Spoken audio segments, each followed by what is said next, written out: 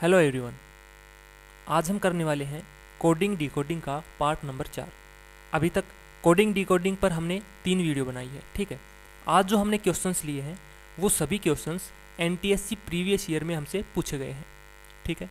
अब जो coding decoding की ये वीडियो है ये लास्ट वीडियो है, इसके बाद हम कोई नया टॉपिक स्टार्ट करेंगे, ठीक है।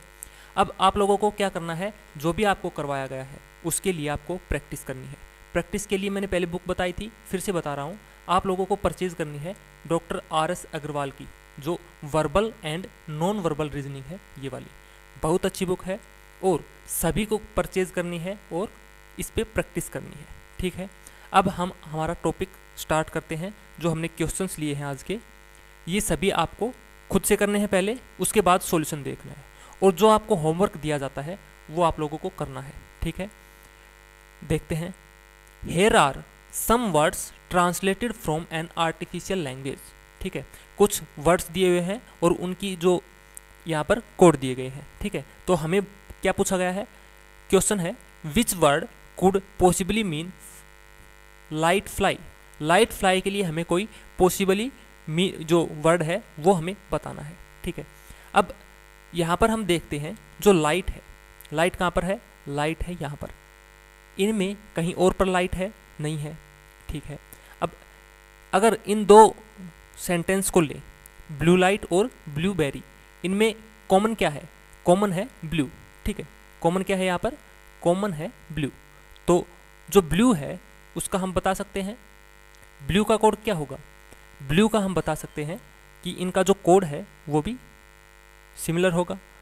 तो ब्लू के लिए हम बता सकते हैं कोड क्या है, MIE, ठीक है। अब जो दूसरा क्या है, फ्लाई। फ्लाई है क्या यहीं कहीं पे, नहीं है, फ्लाई इनमें नहीं है। तो यानी कि जो फ्लाई का कोड होगा वो इनमें नहीं होगा, नहीं होगा ना, इनसे अलग मिलेगा। अब हम देखते हैं किसके लिए पूछा गया है, लाइट फ्लाई के लिए। अब लाइट के लिए क्या होगा, लाइट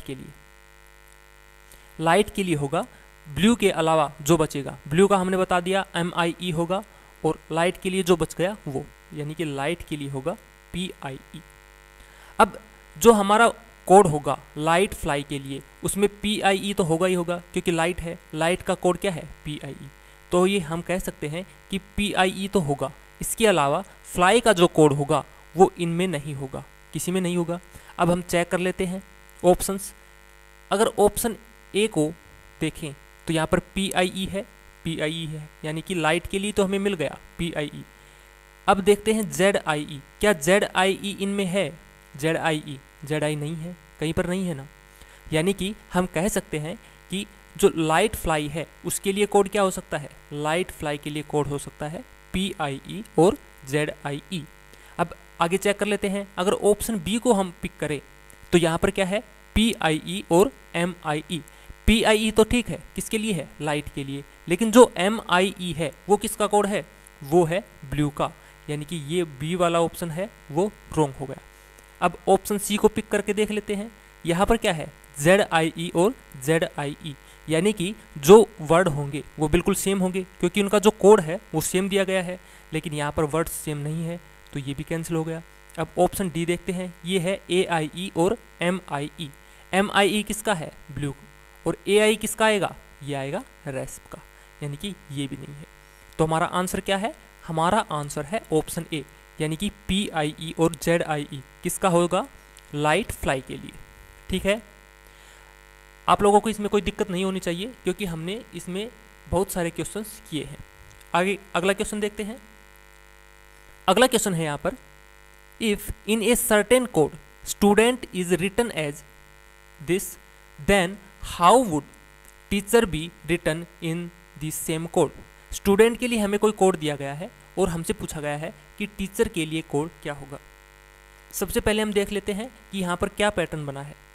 यहाँ पर हमने लिखा STUDEN और T, और इसका क्या है RST, इसके बाद है E, फिर है D, M और S, ठीक है। R से हमें जाना है S के पास, तो R से S के पास जाने के लिए क्या करना पड़ेगा, -1, ठीक है, -1 हो गया। अब यहाँ पर क्या है, यहाँ पर भी -1 है, और यहाँ पर क्या है, यहाँ पर भी -1 है, ठीक है। यानी कि आर से एस से जो पिछला लेटर है वो है आर, टी से पिछला लेटर है एस और यू से पिछला लेटर है टी। लेकिन यहाँ पर क्या हुआ है, डी से जो अगला लेटर है, अगला लेटर क्या है ई, यहाँ यानी कि यहाँ पर हुआ है +1 और यहाँ पर क्या हुआ है, यहाँ पर फिर से -1 हुआ है और यहाँ पर भी फिर से -1 हुआ है और यहाँ पर भी क्या हुआ है, फिर से -1। यानी कि ई से पिछला लेटर कौन सा है डी, एन से पिछला लेटर एम और टी से पिछला लेटर है एस, ठीक है। हमें पैटर्न समझ में आ गया।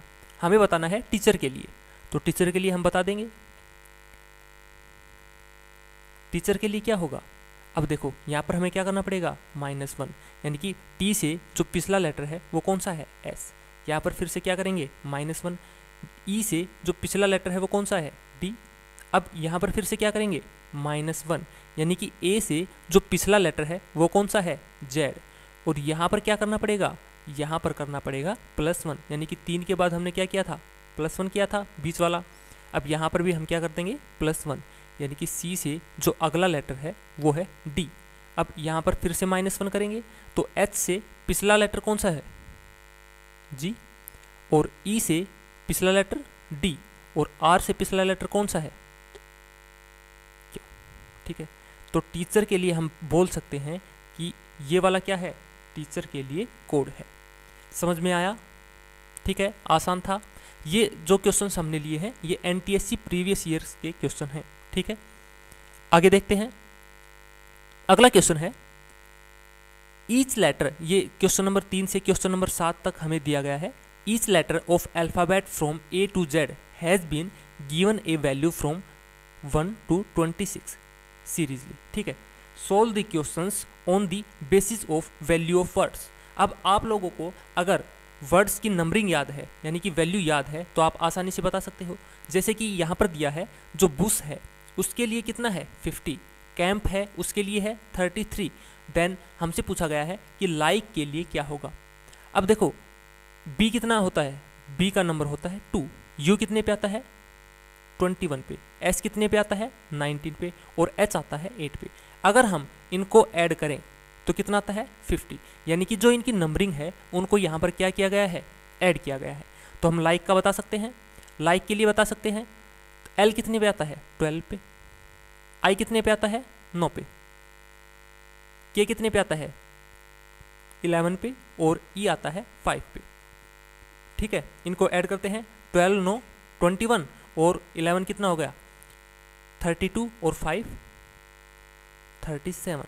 यानी कि लाइक के लिए हम बोल सकते हैं कि इसकी जो वैल्यू होगी वो कितनी होगी 37, यानी कि ऑप्शन 4 क्या है इसका राइट आंसर है, ठीक है। समझ में आई बात। आप लोगों को याद होंगे इनके वर्डिंग, जो नंबरिंग मैंने आपको बताया था और रिवर्स आपको याद करना बताया था वो आपको याद करने हैं, ठीक है। वो इसी तरीके से आप लोगों को काम आएंगे। अगला क्वेश्चन देखते हैं। अगला क्वेश्चन है which word has the maximum value.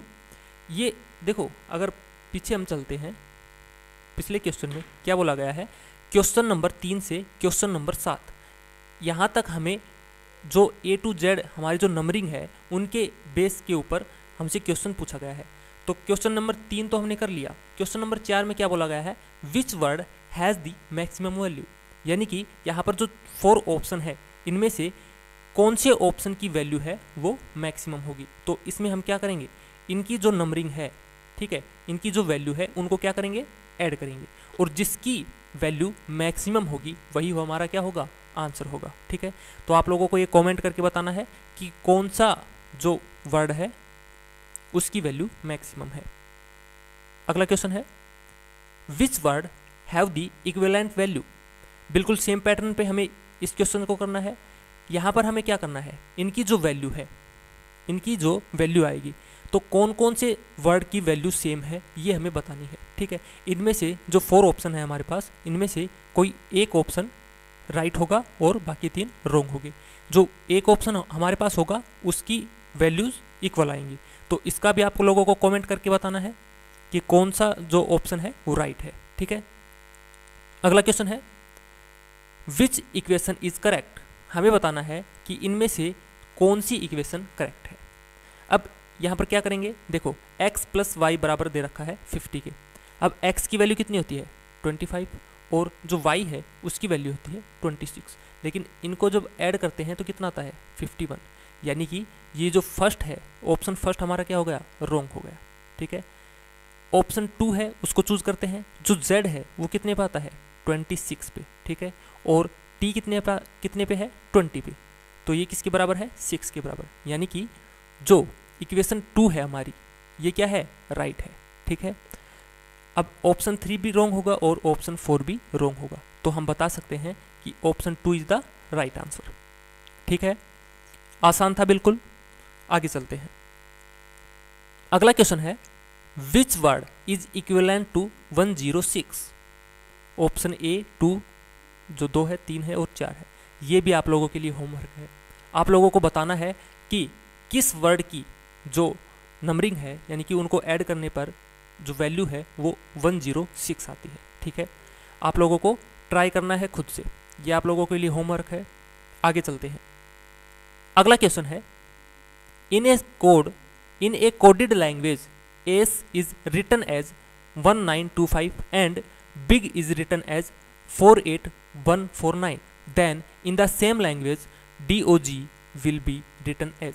हमें दिया गया है जो एस है इसके लिए क्या दिया है 1925, और जो बिग है बिग इसके लिए क्या दिया है, इसके लिए दिया है 48149। अगर इनको ध्यान से देखें तो आप लोगों को कुछ समझ में आ रहा है। देखो जो ए है ये कितने पे आता है, इसकी नंबरिंग है 1, सी कितने पे आता है 3 पे, और ई आता है 5 पे। तो यहाँ पर क्या किया गया है, इन सभी का क्या किया गया है स्क्वायर्स किया गया है। ए का 1 का स्क्वायर कितना हुआ 1, सी 3 का स्क्वायर कितना हुआ 9, और ई 5 का स्क्वायर कितना हुआ 25। ठीक है, पैटर्न समझ में आया। यहाँ पर देखते हैं BIG, बी कितने पे है 2 पे, आई 9 पे, और जी है वो है 7 पे। तो यहाँ पर क्या हुआ है बी का स्क्वायर यानी कि 2 का स्क्वायर 4, 9 का स्क्वायर 81 और 7 का स्क्वायर 49। अब आप लोगों को पैटर्न समझ में आया, तो हम बता सकते हैं कि जो DOG है उसका क्या होगा, डी कितने पे आता है 4 पे, ओ आता है 15 पे, और जी आता है 7 पे। तो डी यानी 4 का जो जब स्क्वायर करेंगे तो कितना आएगा 16। अब क्या करेंगे 15 का स्क्वायर 225, और 7 का स्क्वायर कितना होता है 49, यानी कि ये हमारा क्या है आंसर है। तो कौन सा ऑप्शन है, ये है ऑप्शन 2, यानी कि option 2 is the right answer. समझ में आया, बिल्कुल आसान था, बिल्कुल आसान था, सिर्फ आपको जो पैटर्न है उसको समझना है कि यहाँ पर हो क्या रहा है। ठीक है, अगला क्वेश्चन देखते हैं। अगला क्वेश्चन है in a coded language shoulder is written as this and boxing is written as this, then in the language horn will be written as. अब देखो यहाँ पर देखने में हो सकता है कि आप लोगों को ये थोड़ा सा डिफिकल्ट लगे, लेकिन यहाँ पर काफ़ी बार क्या होता है जो हमारे पास यहाँ पर वर्डिंग होती है और उसका जो हमारे पास कोड होता है, हो सकता है यहाँ पर कुछ पैटर्न ना बने, तो क्या होगा कि जो हमारे पास यहाँ पर लेटर्स हैं उनकी जो बिल्कुल सेम यहाँ पर हमें मिलेंगे। जैसे कि यहाँ पर H क्या है, H की अगर हम देखना चाहें तो H का यहाँ पर कोड है J। ठीक है, डायरेक्टली इसने लिख रखा है S के लिए T, H के लिए G। देखो अगर हम यहाँ पर देखना चाहें DER, इसका क्या दिया है T J S N M A G और Z। अब यहाँ पर अगर हम कोई पैटर्न बनाना चाहें, क्या कोई पैटर्न बन रहा है, देखते हैं। यहाँ पर हुआ है +1, ठीक है, यहाँ पर +2 है ना, यहाँ पर नहीं बन रहा है, यहाँ पर भी नहीं बन रहा है, यानी कि आगे कोई भी पैटर्न हमारा नहीं बन रहा है। इसी तरह से अगर हम इसको चेक करेंगे तो यहाँ पर भी कोई पैटर्न नहीं बनेगा। लेकिन यहाँ पर क्या किया गया है, यहाँ पर डायरेक्टली जो लेटर है उसका डायरेक्ट कोड लिखा गया है। जैसे कि S है, S का डायरेक्ट कोड इसने लिखा है T, H है उसका डायरेक्ट कोड है J, O है उसका डायरेक्ट कोड है S। ठीक है, तो इस तरीके से हम बता सकते हैं। हॉर्न के लिए क्या होगा, H का अगर हम यहाँ पर देखें, H कौन से नंबर पे है 2 नंबर पे, तो H के लिए इसने क्या लिखा है J, तो हम डायरेक्टली लिख देंगे J। अब है O, O का क्या होगा एस, ठीक है। अब है आर, आर कहाँ पे है, लास्ट में, इसका है जेड, ठीक है।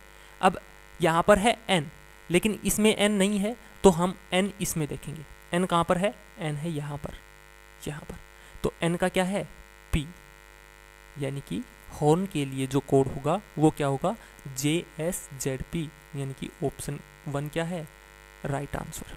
समझ में आई बात, ठीक है। आप लोगों को देखना है, जब आप प्रैक्टिस करोगे तब आप लोगों को पता लगेगा कि कौन से में हम डायरेक्टली हमारा कोई पैटर्न बन रहा है और किसके लिए डायरेक्ट रूप से हमें कोड दिया गया है, ठीक है। प्रैक्टिस जब जब करोगे तब आपको समझ में आएगा, प्रैक्टिस बहुत ज़रूरी है, मैं बार बार बोल रहा हूँ आपको, ठीक है। आगे देखते हैं अगला क्वेश्चन क्या है। अगला क्वेश्चन देखो, इंस्ट्रक्शन दिया हुआ है, answer question numbers 10 to 13 based on the diagram given below. हमें यहाँ पर एक डायग्राम दिया है, ठीक है। यहाँ पर क्या बोला गया है, in above figure triangle shows rural women, ठीक है। जो ट्रायंगल है, ट्रायंगल ये किसको रिप्रेजेंट कर रहा है, ये कर रहा है रूरल वुमेन को, ठीक है। और रिएक्टेंगल शोज अनएम्प्लॉयड वुमेन, जो रिएक्टेंगल है ये वाला, ठीक है, ये किसको शो कर रहा है, ये कर रहा है अनएम्प्लॉयड वुमेन, ठीक है। और जो सर्कल है वो किसको शो कर रहा है, जो सर्कल है वो शो कर रहा है एजुकेटेड वुमेन्स को, ठीक है, एजुकेटेड वुमेन को, ठीक है। अब हमसे क्या पूछा गया है, हमसे पूछा गया है educated, employed and rural women are represented by, यानी कि जो एजुकेटेड भी है, एम्प्लॉयड भी है और रूरल है, वो सभी वुमेन्स वो यानी कि किससे रिप्रेजेंट किया गया है। अब हम अगर इनमें ध्यान से देखें, जो हमारा ट्रायंगल था वो किसको रिप्रेजेंट कर रहा है, रूरल वुमेन को। जो रेक्टेंगल था वो किसको रिप्रेजेंट कर रहा है, अनएम्प्लॉयड वुमेन को। और जो सर्कल है वो कर रहा है एजुकेटेड वुमेन्स को, ठीक है। हमसे पूछा गया है कि वो वुमेन्स कौन है जो सभी है, यानी कि वो एजुकेटेड भी है, रूरल भी है और अनएम्प्लॉयमेंट भी है, अनएम्प्लॉयड भी है। तो हमें देखना होगा कि सभी में कॉमन क्या है। अगर हम देखें यहाँ पर सभी में कॉमन क्या है, ई वाला, जो ई पार्ट है वो सभी का कॉमन है, यानी कि ये ट्रायंगल में भी है ना, ट्रायंगल में भी है, सर्कल में भी है और रेक्टेंगल पे भी है, ठीक है। सभी में कॉमन है, यानी कि तीनों का क्या है, कॉमन पार्ट। तो हम बोल सकते हैं कि ऑप्शन 2 क्या है, राइट आंसर। यानी कि जो ई है, ई जो महिलाएं हैं वो क्या है, एजुकेटेड भी है, एम्प्लॉयड भी है और रूरल भी है, ठीक है। समझ में आया। अब इसी के ऊपर अगला क्वेश्चन क्या पूछा गया है, देखते हैं। अगला क्वेश्चन हमसे पूछा गया है, व्हाट डज डी रिप्रेजेंट, यानी कि डी किसको रिप्रेजेंट कर रहा है, डी पार्ट। अब ट्रायंगल क्या था, ट्रायंगल था रूरल वुमेन्स, रेक्टेंगल था वो था अनएम्प्लॉयड वुमेन्स, ठीक है। और जो सर्कल था वो क्या था, वो था एजुकेटेड वुमेन्स। अब यहाँ पर देखते हैं डी, डी किस किस का कॉमन पार्ट है, डी है वो है ट्रायंगल का और रेक्टेंगल का, ठीक है। अब ट्रायंगल में क्या था, ट्रायंगल में था रूरल वुमेन्स और जो रेक्टेंगल है उसमें था अनएम्प्लॉयड वुमेन्स, ठीक है। यानी कि जो डी पार्ट है वो रूरल वुमेन्स और अनएम्प्लॉयड वुमेन्स का कॉमन पार्ट है, ठीक है। तो डी पार्ट होगा वो रूरल और अनएम्प्लॉयड वुमेन्स होगा। अब ऑप्शन देखते हैं। पहला ऑप्शन है एजुकेटेड रूरल वुमेन्स, नहीं है, क्योंकि जो सर्कल वाला पार्ट है उसमें डी कॉमन नहीं है। अब जो दूसरा है वो है uneducated, unemployed and rural womens, ठीक है।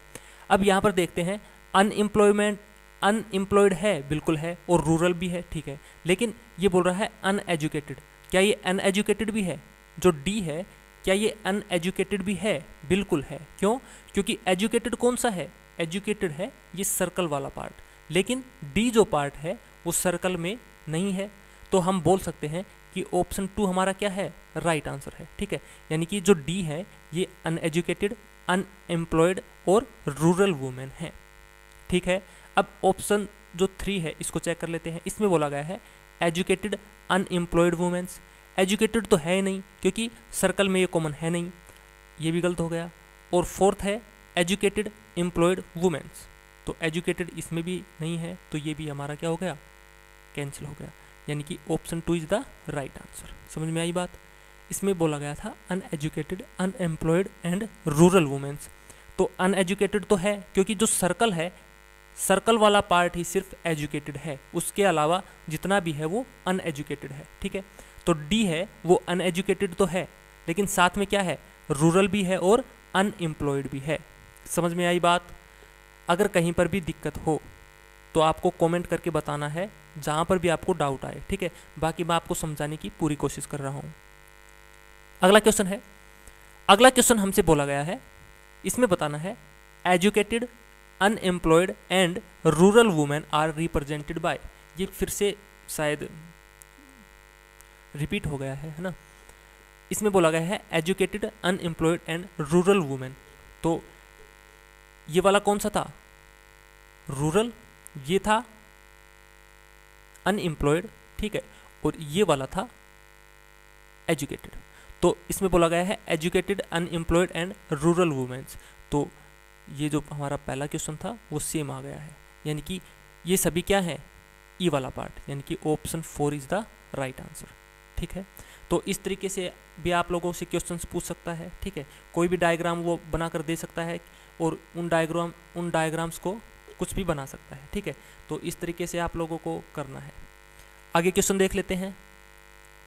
अगला क्वेश्चन क्या है, अगला क्वेश्चन बोला गया है educated, unemployed women are represented by. अब देखो यहाँ पर ये था हमारा रूरल, ये था अनएम्प्लॉयड और ये था एजुकेटेड। ठीक है, यहाँ पर क्या बोला गया है, educated unemployment womens are represented by. तो एजुकेटेड कौन सी थी, ये वाली सर्कल वाली है ना, और क्या बोला गया है, और बोला गया है अनएम्प्लॉयड। ठीक है, साथ में क्या होनी चाहिए, अनएम्प्लॉयड। अनएम्प्लॉयड कौन सी है, ये वाली रिएक्टेंगल वाली। अब इसमें देखते हैं दोनों कौन कौन है। एक तो हमारा पार्ट हो गया एफ हो गया, क्योंकि जो एफ पार्ट है वो सर्कल में भी है और रिएक्टेंगल में भी है। ठीक है, लेकिन ट्रायंगल में नहीं है। एक तो हो गया एफ, यानी कि एफ जो पार्ट है वो क्या है, एजुकेटेड भी है और अनएम्प्लॉयड भी है। ठीक है, अब यहाँ पर अगर ई को भी ध्यान से देखें, ई जो ई पार्ट है वो क्या है, एजुकेटेड भी है, अनएम्प्लॉयड भी है और रूरल भी है। ठीक है, यानी कि तीनों है, लेकिन हमसे क्या पूछा गया है, एजुकेटेड और अनएम्प्लॉयड। तो एजुकेटेड भी है और अनएम्प्लॉयड भी है। अगर इसमें बोल देता only educated and in unemployed, तो हमारा आंसर क्या होता है, एफ, सिर्फ क्या होता है एफ। लेकिन इसमें बोला गया है एजुकेटेड अनएम्प्लॉयड वुमेन्स, यानी कि इसमें हमें बताना है एजुकेटेड और अनएम्प्लॉयड, लेकिन साथ में ये रूरल भी है। लेकिन इसने मना नहीं किया है कि रूरल होना चाहिए या नहीं होना चाहिए। देखो अगर यहाँ पर बोल देता ये, हमें वो बताना है सिर्फ only educated and unemployed womens, तो हमारा आंसर क्या होता, तब हमारा आंसर होता एफ। ठीक है, अगर ओनली लगा देता, लेकिन यहाँ पर ओनली नहीं है, यानी कि हम सभी को बता सकते हैं। ठीक है, ये ई वाला पार्ट भी है, इसमें तीनों आ गए, तो जब तीनों आ गए तो ये दो भी होंगे। ठीक है, ई तो हमारा पार्ट हो गया। अब एफ भी हमें लेना पड़ेगा, क्यों, क्योंकि एजुकेटेड और अनएम्प्लॉयड ये दोनों भी कौन है, एफ है। ठीक है, तो हमारा राइट आंसर क्या होगा, ऑप्शन 3, यानी कि ई और एफ दोनों पार्ट इसमें कॉमन है। ठीक है, आगे चलते हैं। अगला क्वेश्चन है, if plus stands for multiply, minus stands for divide, multiply stands for minus and divide stands for plus, then value of this. ठीक है, यहाँ पर बोला गया है अगर प्लस को मल्टीप्लाई से चेंज कर दिया जाए, माइनस को डिवाइड से चेंज कर दिया जाए, मल्टीप्लाई को माइनस से चेंज कर दिया जाए और जो डिवाइड है उसको प्लस से चेंज कर दिया जाए, तो इसकी वैल्यू क्या होगी। यहाँ पर दिया गया है 26 plus 72 minus 4 multiply by 5 divide by 2। ठीक है, अब हमें क्या करना होता है, इसमें जो हमें बोला गया है बिल्कुल सेम हमें करना है। यहाँ पर है 26। ठीक है, अब क्या बोला गया है, जो प्लस है उसको किससे चेंज कर दिया गया है, उसको चेंज कर दिया गया है मल्टीप्लाई से। तो हम यहाँ पर क्या लिखेंगे, मल्टीप्लाई बाई 72। अब देखो माइनस को किससे चेंज किया गया है, माइनस को चेंज किया है डिवाइड से, तो यहाँ पर हम लिख सकते हैं डिवाइड बाई 4, माइनस की जगह हमने क्या कर दिया, डिवाइड कर दिया। अब यहाँ पर क्या बोला है, जो मल्टीप्लाई है उसको चेंज किया है माइनस से, अब यहाँ पर हम कर देंगे -5। अब जो डिवाइड है उसको किससे चेंज किया है, उसको किया है प्लस से। ठीक है, समझ में आई बात। अब इसको हम कैंसिल कर देते हैं, किससे जाएगा, 1 पे और ये 18 पे। 26 मल्टीप्लाई बाई 18 और माइनस में कितना हो गया, माइनस में हो गया 3। बोर्ड मास रूल आप लोगों को आता होगा, बोर्ड मास यानी कि सबसे पहले किसको करते हैं हम, सोल्व, ब्रैकेट, उसके बाद ऑफ, है ना, उसके बाद डिवाइड, मल्टीप्लाई, एडिशन और सब्सट्रैक्शन। ठीक है, अब इसको हमें सोल्व करना है। सोल्व करने के बाद हमारा आंसर क्या आ जाएगा, देखो अगर हम इकाई अंक यहाँ से लेते हैं, यहाँ पर है 6, यहाँ पर है 8, इनकी मल्टीप्लाई करते हैं, कितना आता है इकाई अंक, 8 आता है, और इसमें से -3 करते हैं तो कितना आएगा, 5, यानी कि 5 इसमें है सिर्फ, तो हमारा आंसर क्या हो गया, option 2 465 is the right answer. ठीक है, इसको आप लोगों को सोल्व कर लेना है, तो हमारा 465 आंसर आ जाएगा। ठीक है, समझ में आया। इसमें सिर्फ क्या करना होता है, इसने जो भी हमसे साइन चेंज करने को बोला है वो हमें चेंज कर देना है और उसके बाद हमें सिंप्लीफाई कर लेना है। ठीक है, अगला क्वेश्चन देखते हैं। अगला क्वेश्चन है, arrange the following in meaningful sequence. A is equal to birth, B है वो है डेथ, C है वो है फ्यूनरल और D है मैरिज, E है एजुकेशन से। ठीक है, हमें इनको अरेंज करना है। अरेंज कैसे करना है कि सबसे पहले क्या होता है, उसके बाद क्या होता है और उसके बाद क्या होता है। अगर इन सभी में हम देखें तो सबसे पहले क्या होता है, सबसे पहले बर्थ यानी कि जन्म होता है, तो यहाँ पर हमने लिख दिया A। उसके बाद क्या होता है, उसके बाद होता है, इनमें से हमें देखना है, उसके बाद उसकी होती है एजुकेशन। ठीक है, यहाँ पर हमने लिख दिया E। ठीक है, एजुकेशन के बाद क्या होगी, मैरिज। ठीक है, यहाँ पर हमने कर दिया मैरिज। अब इनमें उसके बाद क्या होगी, डेथ। ठीक है, डेथ के लिए हमने B लिख दिया, और उसके बाद क्या होगी, C फ्यूनरल यानी कि उसका अंतिम संस्कार होगा। ठीक है, ये हमने क्या कर दिया है, उसको सीक्वेंस में कन्वर्ट लगा दिया है। तो इसका राइट आंसर कौन सा है, ये option A, option 1 is the right answer. ठीक है, इनको सिर्फ हमें मीनिंगफुल सीक्वेंस में लगाना है, अरेंज करना है। ठीक है, तो हमने देखा सबसे पहले क्या होता है, बर्थ, उसके बाद उसकी एजुकेशन होगी, एजुकेशन के बाद क्या होगा, उसकी मैरिज होगी, मैरिज के बाद उसकी डेथ हो जाएगी, और डेथ के बाद सबसे लास्ट में क्या किया जाता है, अंतिम संस्कार किया जाता है। ठीक है, ये हमने सीक्वेंस में उनको अरेंज कर दिया है। अगला क्वेश्चन देखते हैं। अगला क्वेश्चन है, arrange the following in meaningful sequence. A किसके बराबर है, स्टडी, बी है सर्विस, सी है एग्जामिनेशन, डी है अर्निंग और ई है रिजल्ट। इसको भी हमें क्या करना है, मीनिंगफुल सीक्वेंस में अरेंज करना है। तो सबसे पहले देखते हैं हम, सबसे पहले क्या होता है, सबसे पहले होता है ए यानी कि स्टडी होती है, स्टडी के बाद क्या होता है, एग्ज़ाम। ठीक है, उसके बाद क्या होता है, एग्ज़ाम होता है, यहाँ पर सी लिख दिया। एग्ज़ाम के बाद क्या होता है, रिजल्ट, यहाँ पर आ गया ई। अब रिजल्ट के बाद क्या होगा, उसको सर्विस मिलेगी कहीं पे यानी कि बी। ठीक है, और सर्विस जब मिलेगी तब क्या होगी, उसकी अर्निंग शुरू होगी यानी कि उसके बाद क्या होगी, अर्निंग। तो इसको हमने क्या कर दिया है, मीनिंगफुल सीक्वेंस में अरेंज कर दिया है। ठीक है, इस तरीके के क्वेश्चन होंगे, आप लोग कर लोगे, बिल्कुल आसान है। ठीक है, अब चलते हैं अगले क्वेश्चन पे। ये क्वेश्चन जो है, ये क्वेश्चन भी आप लोगों का क्या है, होमवर्क है। इसमें क्या करना है, जो भी साइंस दिए हैं उनको कन्वर्ट किया गया है यानी कि चेंज किया गया है। तो यहाँ पर जो सिंप्लीफाई करने के लिए हमें दिया है, इसमें हम जो निशान है उनको चेंज कर देंगे, साइंस को चेंज कर देंगे, और जो हमारा आंसर होगा वो आप लोगों को कमेंट करके बताना है। ठीक है, तो आज के लिए हम इतना ही रखते हैं। ठीक है, थैंक यू।